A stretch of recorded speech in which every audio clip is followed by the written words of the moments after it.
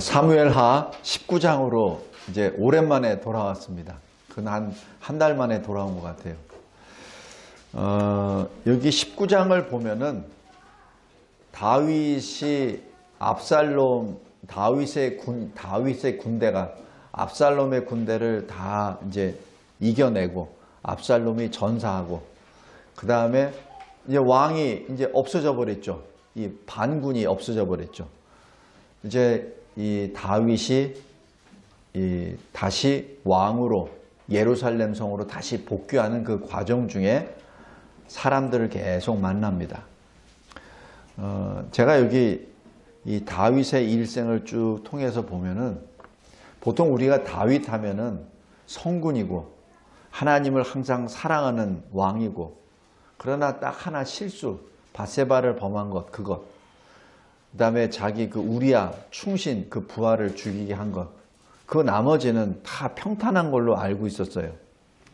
근데 이 사무엘하를 쭉 읽어보면서 보면은 다윗이 상당히 고난 가운데 있었다라는 것을 제가 이렇게 많이 느낍니다. 그리고 인생 가운데 그 고난을 하나님이 굉장히 초점을 두고 이 말씀을 기록하게 하셨어요. 그 얘기는 하나님의 입장에서 하나님의 눈앞에서는 다윗의 여러 가지 공적도 있지만 하나님의 사람 다윗이 겪는 고난에 지금 하나님이 계속 좀 초점을 두고 있습니다. 이유 첫 번째는 다윗을 위한 거죠. 두 번째는 우리를 위한 겁니다. 왜 다윗의 형통함을 많이 기록해서 나도 다윗처럼 살아야지 나도 다윗처럼 해야지 이렇게 보통 하잖아요. 그죠? 근데 이상하게 다윗의 인생을 쭉 보면은 막 잘하는 어떤 흥한 것보다 막 고난과 환난 가운데 있는 것이 굉장히 많아요.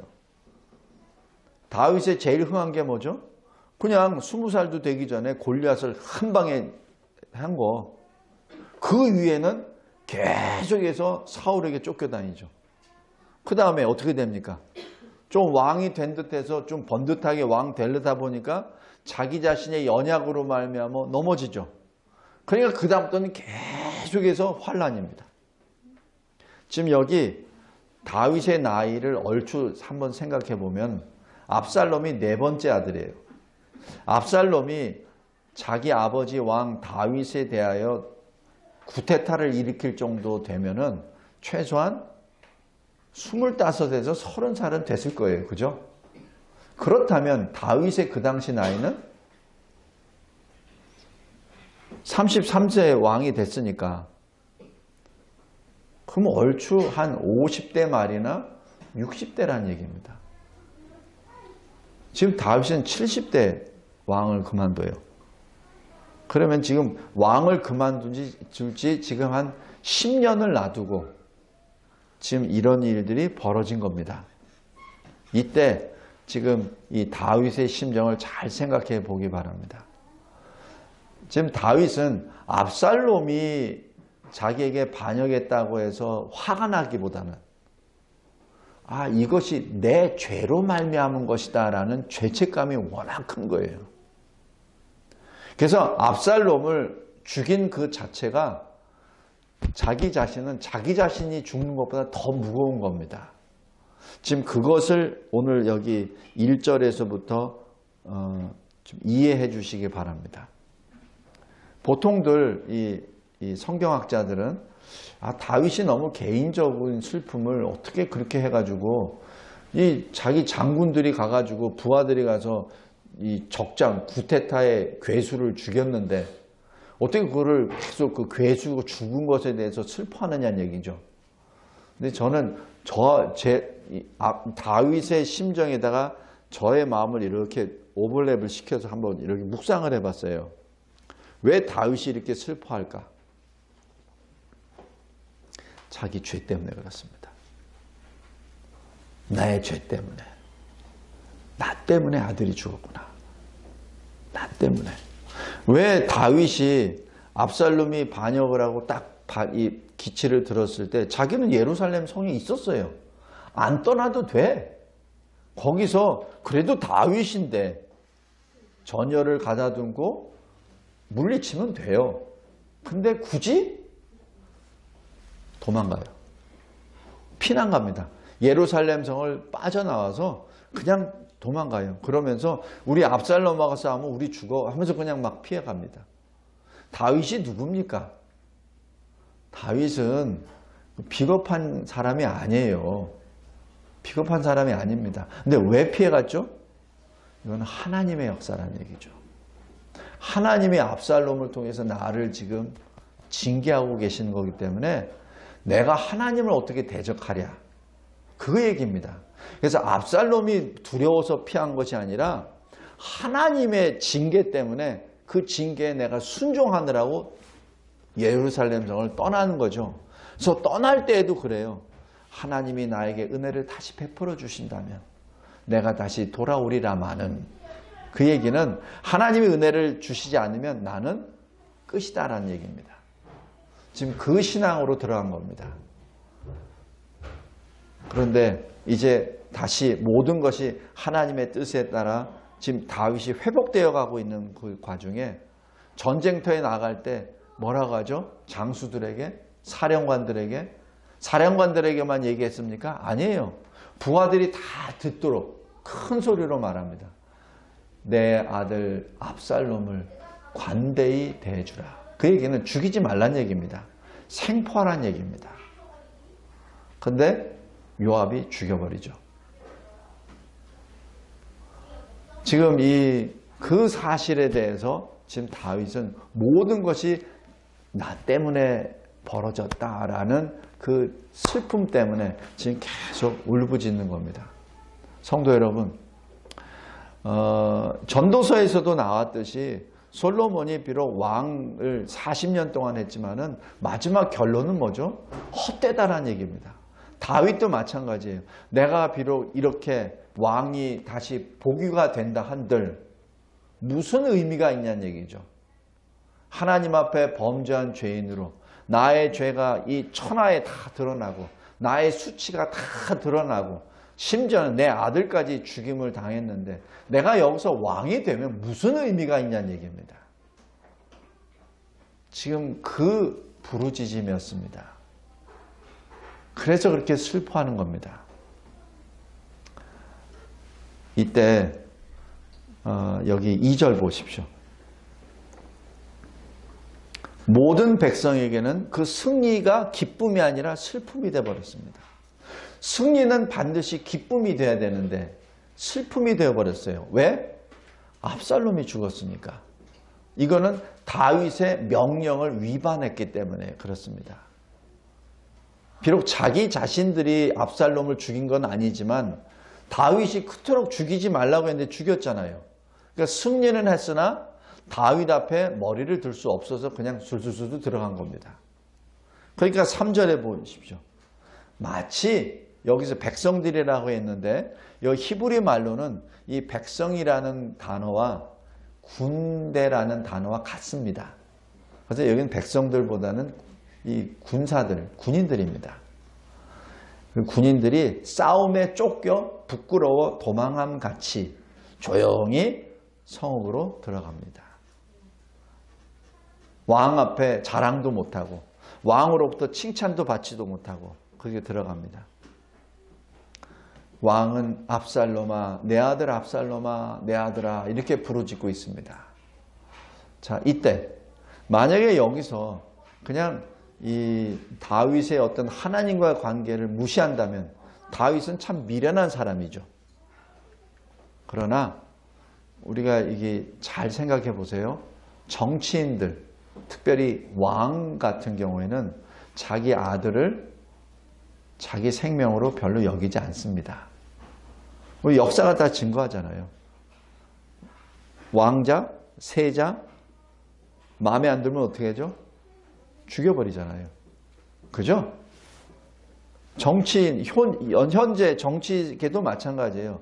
권력자가, 최고의 그 권력자가 마음에 안 들어? 그럼 자기 자식도 없애버립니다. 그게 정치의 속성입니다. 그게 권위에 대한 속성입니다. 근데 여기 다윗은 안 그래요. 내 아들 압살롬아, 내 아들 압살롬아. 내 죄 때문에 네가 대신 죽었구나. 내 아들 압살롬아 라고 부르짖습니다. 여기에 대해서 5절에 요압이 직언을 하죠. 왕이여, 왕을 미워하는 자를 왕은 사랑하십니까? 왕을 사랑해서 생명을 걸고 목숨을 걸고 이 전쟁터에서 싸워서 이긴 신하들은 왕이 지금 미워하십니까? 이러면서 아예 협박조로 말합니다. 오늘 밤 지금 당장 나가서 위로해 주십시오. 잘했다 칭찬해 주십시오. 그러지 않으면 오늘 밤 한 사람도 왕 따라갈 사람은 없을 것입니다. 라고 아예 위협을 탁 해버립니다. 이것이 요압의 본 마음입니다. 요압은 야망이 있는 사람이에요. 그러나 다윗의 그 권위를 감히 도전할 수는 없었습니다. 그러나 다윗을 좌지우지하는 실력자가 되고 싶은 거예요. 그래서 요압은 이렇게 얘기할 수 있었습니다. 만약에 요압이 다윗의 충신이라면 이렇게 말 안 했을 거예요. 다윗의 충신이고 다윗의 그 심정을 조금이라도 알았다면 아마 이 슬픔이 어떤 슬픔이라는 것을 알고 이 왕에게 이런 식으로 말하지 않았을 겁니다. 그러나 요압은 약간 좀 속이 좀 이렇게 그렇게 깨끗한 사람이 아니에요. 하나님을 경외하는 자가 아닙니다. 그랬을 때 8절에 왕이 하나님으로부터 받은 사명을 다시 생각합니다. 내가 받은 사명은 이 나라를 다시 온전하게 세우는 것이지 라고 다시 정신을 차립니다. 그리고 다시 나가죠. 여기 이 성문 안에 앉았다라고 얘기하는 것은 당시 여기 성문은 재판장석입니다. 그래서 이 성문에 앉았다라는 얘기는 실은 왕위에 앉았다라는 것과 동일합니다. 물론 예루살렘 성은 아니에요. 그러나 지금 이 다윗이 자기의 원래 그 왕의 모습을 다시 되찾았다는 얘기고, 그래서 군사들이 다윗 앞에 모인 것이죠. 자, 여기서 다윗과 요압을 잠깐 보겠습니다. 여기 설교 요약 큰 1번에 작은 4번을 보겠습니다. 하나님을 사랑하는 자는 그 형제를 사랑할지니라. 요압은 사실 하나님을 사랑하는 자가 아니었습니다. 하나님을 경외하는 자가 아니었어요. 그래서 다윗도 사랑하지 않습니다. 다윗을 하나의 국가를 자기가 좌지우지하는데 하나의 수단으로서 생각했던 것이죠. 그래서 나중에 요압이 다윗이 죽기 직전에 솔로몬에게 유언적으로 명령합니다. 요압을 죄 없다 하지 말라.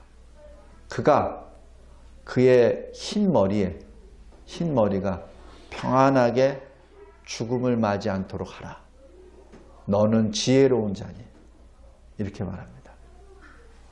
지금 요압이 행한 것은 어찌 보면 객관적으로 보면은 사실 굉장히 타당한 충신의 모습입니다. 그러나 그 중심은 하나님을 사랑하는 것이 없기에 다윗도 사랑하지 않습니다. 오늘 첫 번째 주제입니다. 오늘 여기 다 할 것처럼 제가 준비를 했는데 말씀을 하다 보니까 이게 도중에 끊어질 수 있습니다. 그래서 다음 주에 계속 이어지겠습니다. 형제를 사랑하는 첫 번째 시작은 하나님 사랑입니다. 하나님을 사랑하지 아니하고 내 형제를 사랑할 수 없습니다. 옆에 있는 내 교인을 사랑할 수 없습니다. 성도를 사랑할 수 없습니다. 하나님의 사랑 없이는 이웃을 사랑할 수 없습니다. 명심하시기 바랍니다. 우리가 자꾸 이 예수님의 어떤 메시지는 이웃사랑, 원수도 사랑 이렇게 해가지고 막 사랑해가지고 두 팔을 벌리고 이 공산주의자가 됐든 동성애주의자가 됐든 무조건 다 사랑하라고 이렇게 하는데 그거는 거짓말입니다. 하나님을 사랑하지 않는 사람이 어떻게 이웃을 사랑합니까? 하나님의 말씀을 지키지도 않은 사람이 어떻게 동성애주의자들을 사랑합니까? 하나님을 사랑하지도 않는 사람이 어떻게 하나님을 대적하는 공산주의자들을 사랑합니까? 공산주의자들은 하나님을 대적하는 자들이에요. 그들을 사랑할 수 없죠. 분명히 선은 그어야 됩니다. 공산주의자, 그 사람은 사랑해야 될 대상이지만, 전도의 대상이지만, 공산주의 옷을 입었기에 그들은 공의의 대상입니다. 그래서 우리가 동성애를 하는 자들과 공산주의자들에게 전하는 것은 회개하라입니다. 그게 먼저 선행돼야 되죠. 회개하라. 네가 지금 동성애하는 것은 회개하라. 이거는 하나님 앞에 범죄하는 것이니 회개하라. 그러면 하나님이 사랑의 하나님이 너를 용서해 주시리라. 그 안에서 사랑이 돼야 되죠. 그죠? 동성애를 그냥 계속 주장하는 사람을 그냥 예수 사랑이라고 해서 덥석해서 너도 사랑해 하고서 하면은 그럼 나도 뭐예요? 나도 동성애자들이 되잖아. 하나님을 대적하는 공산주의자가 있습니다. 사회주의자가 있어요. 그럼 어떻게 됩니까? 내가 사랑한다면 하나님을 내가 먼저 사랑해야 되잖아요. 하나님을 사랑하는 자가 어떻게 하나님을 대적하는 자를 사랑할 수 있습니까? 안 되죠. 등식이 그렇게 되는 거 아니잖아요. 하나님을 먼저 사랑하게 됐으면 보이잖아요. 저 사람이 하나님의 말씀에 순종하지 않고 하나님을 대적하는 거 보이잖아요. 그럼 어떻게 돼야 돼요? 예수님이 하신 거 회개하라. 회개하고 돌아오면 사랑의 하나님이 너를 용서해 주시라. 그러면서 같이 사랑을 해야죠. 그것도 안 하고 하나님을 대적하는 공산주의 사상으로 가득 찼는데 그냥 사랑한다고 덥지도 않아요? 그럼 뭐가 돼요? 내가 공산주의자가 되지. 이 거짓말입니다. 참 거짓말이 너무 많이 횡행해요. 제가 목사님이나 선교사님들하고 이런 얘기 하다 보면은 이해를 하시는 분도 있지만은 이해를 못 하시는 분들도 상당수가 있다는 걸 내가 발견했습니다. 그리고 내가 놀랐어요. 어떻게 하나님의 말씀을 선포하고 가르친다는 목사님이나 선교사님들까지도 그것을 분별하지 못하는 얘기예요. 꼭 분별해야 됩니다. 그 기준은 말씀입니다. 오늘 여기 요압 외관상 보면은 굉장히 좋은 일 했어요. 다윗이 그냥 사실 실정할 위기에 있었는데 자기가 그냥 생명을 걸고 다윗에게 딱 직언을 해서 다윗이 즉시로 옮겼잖아요. 외적으로 보면은 굉장히 뭘 한 것 같아요. 그러나 요압의 마음에는 사랑의 마음이 없습니다. 왜? 하나님 사랑이 없기 때문에. 그것이 오늘 첫 번째 주제입니다. 다음에 두 번째 9절부터 15절까지 아마 이것까지만 하고 오늘은 말씀을 맺겠습니다. 다윗이 지금 유다 지파 사람들을 지금 이게 설득합니다. 다윗이 유다 지파잖아요. 그러니까 이 유다 지파를 설득하는데 왜 이런 일이 벌어지냐면 압살롬을 따라간 대부분이 유다입니다. 이스라엘 나머지 지파들은 멀리 떨어져 있기 때문에 압살롬의 영향을 덜 받았어요. 근데 예루살렘에서 다윗의 왕의 마음을 훔친 압살롬의 주 대상이 바로 유다 지파 사람들이에요. 그러니까 지금 자기 지파 사람들이 제일 먼저 앞서서 자기 지파의 왕 다윗을 지금 반역한 겁니다. 그러니까 지금 이 다윗으로는 가장 먼저 유다 지파부터 먼저 이 회복을 시켜야 됩니다. 지금 그것이 급선무예요. 뭐 다른 지파 얘기할 것이 아니라 자기 지파 사람들이 이게 배반을 해버렸으니까 그 사람들을 지금 추스리는 거예요. 그랬을 때 이 다윗 왕이 11절 보십시오. 사독과 아비야 딸 두 제사장에게 명령을 해서 지금 너희들이 섬기려고 했던 압살롬이 죽었지 않느냐? 그리고 다윗이 누구냐? 9절에 다윗이 너희들 원수로부터 구원해낸 바로 그 왕 아니냐? 다윗 아니냐? 그런데 어찌하여 너희들이 지금 죽은 압살롬까지 벌어졌는데 다윗을 왕으로 복위시키지 않냐라고 지금 여기서 옆구리 찔러서 하는 거죠. 지금 아직까지도 유다는 어떻게 할 줄 모르고 가만히 넋놓고 있어요. 자기가 바라보던 압살롬은 죽었고 자기를 반역했던 도전했던 다윗은 여전히 살아있고 뭐가 있어야 얼굴을 들어서 다윗한테 얘기하죠. 그러니까 다윗이 먼저 손을 내밉니다.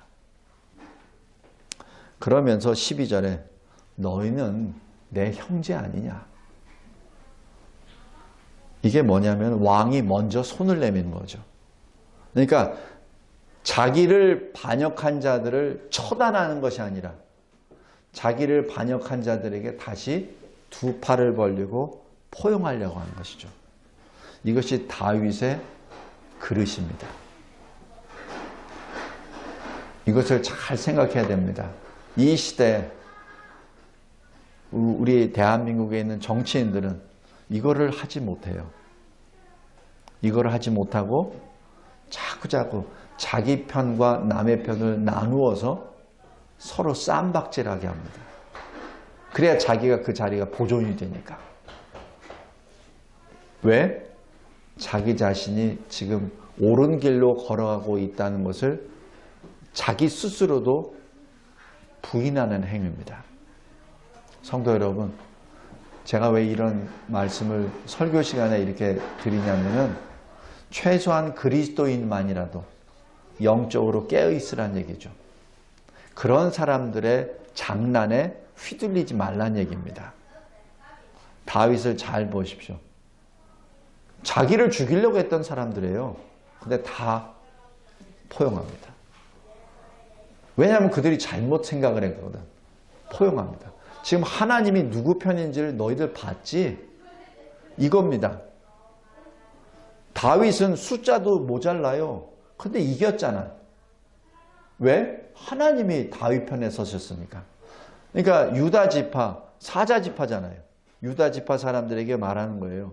지금 과거 우리 조상 야곱, 이스라엘이 남겼었던 그 말을 기억하라. 창세기 49장을 기억하라. 그리고 지금 나 다윗을 통하여 다시 하나님께서 이 나라를 세우신다는 걸 기억하라. 그 증거가 지금 여기 있다. 그러니 이제 하나님 앞으로 나오라. 내가 바로 하나님의 사자니라 라고 딱 부르는 겁니다. 왜냐하면 거기는 신앙으로 부르고 자기의 확신으로 부르는 것이죠. 그러면서 13절에 아마스야 이 장군까지 포용합니다. 왜냐하면 이 압살롬이 아마스야를 군사령관으로 옮겨놨어요. 그러니까 요새로 얘기하면 합참의장으로 세우는 겁니다. 적장이에요. 근데 지금 여기 다윗이 그냥 그것도 껴안아버립니다. 지금은 요압이 나의 군사령관인데 요압이 나이가 많으니 그 차기 대권, 차기 군사령관으로 내가 등용하겠다라고 여기서 얘기합니다. 여기에 대해서는 의견이 분분합니다. 어떻게 적장을 그렇게 할 수 있냐. 근데 지금 이 다윗의 마음에는 그런 적장이나 이런 개념이 아니라 지금 그 그릇이 군사령관의 그릇과 그 다음에 화합입니다. 하나로 묶는 것이죠. 지금 이 분열된 나라를, 분열된 지파를 한 마음으로 지금 묶는 겁니다. 한 믿음으로 묶는 것이죠. 한 사랑으로 묶는 것입니다. 그래서 지금 그렇게 제시한 겁니다. 그러니까 14절 보십시오. 모든 유다 사람들의 마음이 하나같이 되었다라고 하죠. 지금 이것이 다윗의 목적입니다. 지금 12지파 사람들이 지금 완전히 엉망이 돼버린 거예요. 통일 왕국 다윗이 딱 했는데 갑자기 아들이 들고 일어나서 했는데 그 중에 제일 먼저 앞장선 사람이 자기 지파 유다 지파야. 그래 놓고 전부 다 압살롬이 그 따라다녀. 그러다가 근데 하나님은 다윗의 손을 딱 들어주셨거든. 그때는 어떻게 합니까? 나에게 대적한 사람 다 일어나와 하면서 다 죽여요? 그럼 어떻게 됩니까? 나라는 엉망진창이 되어버리죠. 국민이, 백성이 없는 나라는 소용이 있습니까? 안 되잖아요. 그래서 지금 다윗은 그 백성들을 지금 다시 묶어주는 겁니다. 하나님의 언약으로 다시 묶고, 믿음으로 다시 묶고, 사랑으로 다시 묶고, 이렇게 하는 것이죠. 그래서 15절, 왕이 요단에 이르게 됩니다. 오늘은 여기까지만 하겠습니다. 다음 시간에는 시므이부터 들어가겠습니다.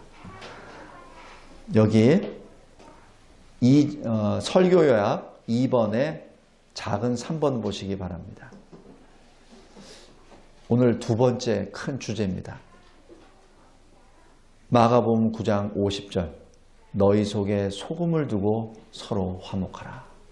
굉장히 중요한 말씀입니다. 예수님 하신 말씀이에요. 우리가 보통 하면은 무조건 화목하라 그래요. 그래서 이 교황, 천주교 교황이 항상 하는 것이 평화, 평화. 불교가 됐든 힌두교가 됐든 이슬람교가 됐든 뭐가 됐든 평화, 평화하면서 다 불러 모아서 우리는 하나의, 우리는 한 하나님께 기도하는 사람들입니다. 구원은 여러 길이 있습니다. 하면서 하나로 묶었죠. 거기에 많은 목사님들이 거기에 대해서 아멘 하면서 달려 들어갑니다. 그것이 WCC입니다. 종교 혼합입니다. 성도 여러분, 평화는 패자가 누리는 게 아닙니다. 평화는 승자가 누리는 게 평화입니다. 평화는 주님이 주셔야 평화입니다. 왜냐하면 이 모든 세상, 보이는 것과 보이지 않는 세상은 하나님이 주관하십니다. 우리 인간이 손을 잡는다고 해서 평화가 이루어지는 거 아니에요. 대표적인 예, 1차 대전 끝나고 국제연맹, 그죠? 서준아, 배웠니? 학교에서? 국제연맹. 1차 대전 일어나고 난 다음에 이 지구상에 이 평화를 위해서 만든 국제연맹이거든. 근데 그게 어떻게 됐어요? 깨져. 그래서 나타난 게 제2차 대전이야. 2차 대전을 해서 만든 게 지금 UN이잖아요. 국제연합. 근데 국제연합에서 뭐가 평화가 이루어지나요? 안 이루어집니다. 제가 그 UN에 1년 동안 있었잖아요. 근데 하는 말, 우리들끼리 하는 말, 되는 일도 없고 안 되는 일도 없어. 뭐 하나 소집하려면 되게 복잡해. 뭐 하나 의견 하나 만들려면 되게 복잡해. 그래서 영어의 표현 가운데 제일 이 높은 수준의 영어는 UN의 문장입니다. 왜 그런지 아세요? 거짓말을 포장하고 포장해야 되니까. 외교적인 표현으로 포장하고 포장해야 되니까. 그거 얼마나 복잡한 줄 아세요? 그래서 한참 듣다 보면은 이게 예인지 논지 몰라요. 몰라. 그래서 수준이 높다는 얘기야. 그러니까 이거는 들어도 이게 무슨 말인지 몰라. 그러니까 수준이 높은 거야. 그게 외교적인 그게 표현입니다.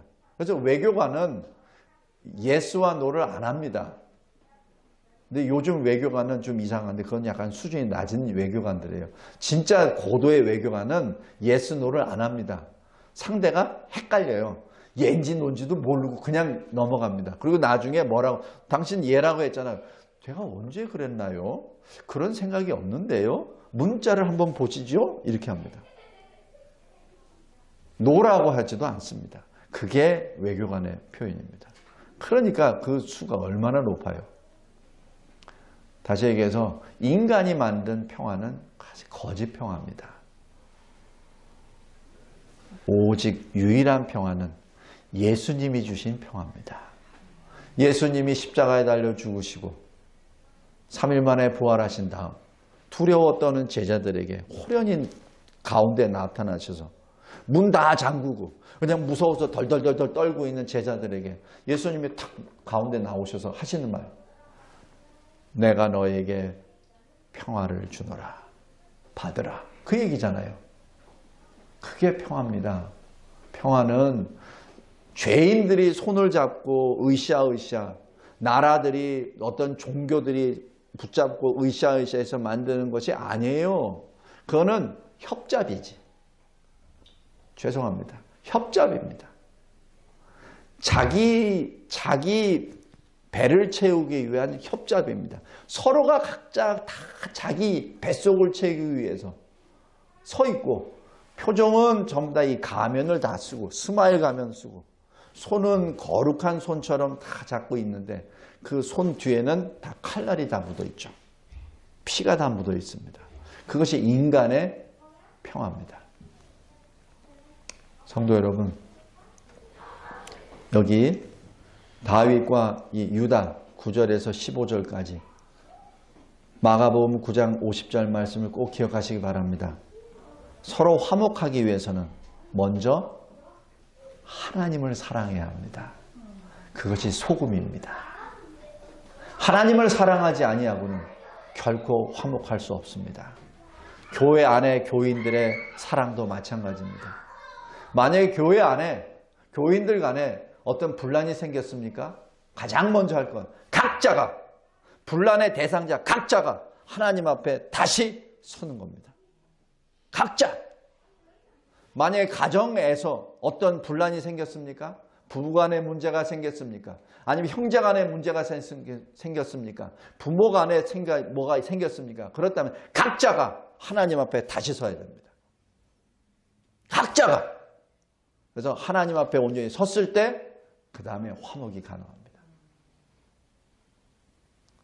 예수님이 하신 말씀 꼭 기억하십시오. 소금을 두라. 너희 속에 소금을 두라. 그리고 화목하라. 하나님을 사랑하라. 그래야 형제를 사랑할 수 있고 이웃을 사랑할 수 있다. 기도하겠습니다. 하나님 아버지, 감사하고 감사합니다. 다윗의 환난을 통하여 참으로 깊은 하나님의 구원의 진리, 사랑의 진리를 주심에 감사합니다. 평화의 진리를 주심에 감사합니다. 하나님, 참으로 악한 때에 우리가 살고 있습니다. 하나님의 진리를 이상한 것으로 포장하여 사람들을 어떻게 해서라든지 실족해 하고 천국으로 가는 길이 아니라 지옥의 길로 치닫게 하는 이 세상에 살고 있습니다. 깨어있는 자 되게 하옵소서. 끝까지 하나님을 사랑하고 그 하나님 사랑을 통하여 형제를 사랑하게 하옵소서. 끝까지 우리 마음에 새겨진 하나님의 말씀, 그리스도 복음, 그 소금을 가지고 화목을 이루게 하옵소서. 예수 그리스도의 이름으로 기도드리옵나이다. 아멘.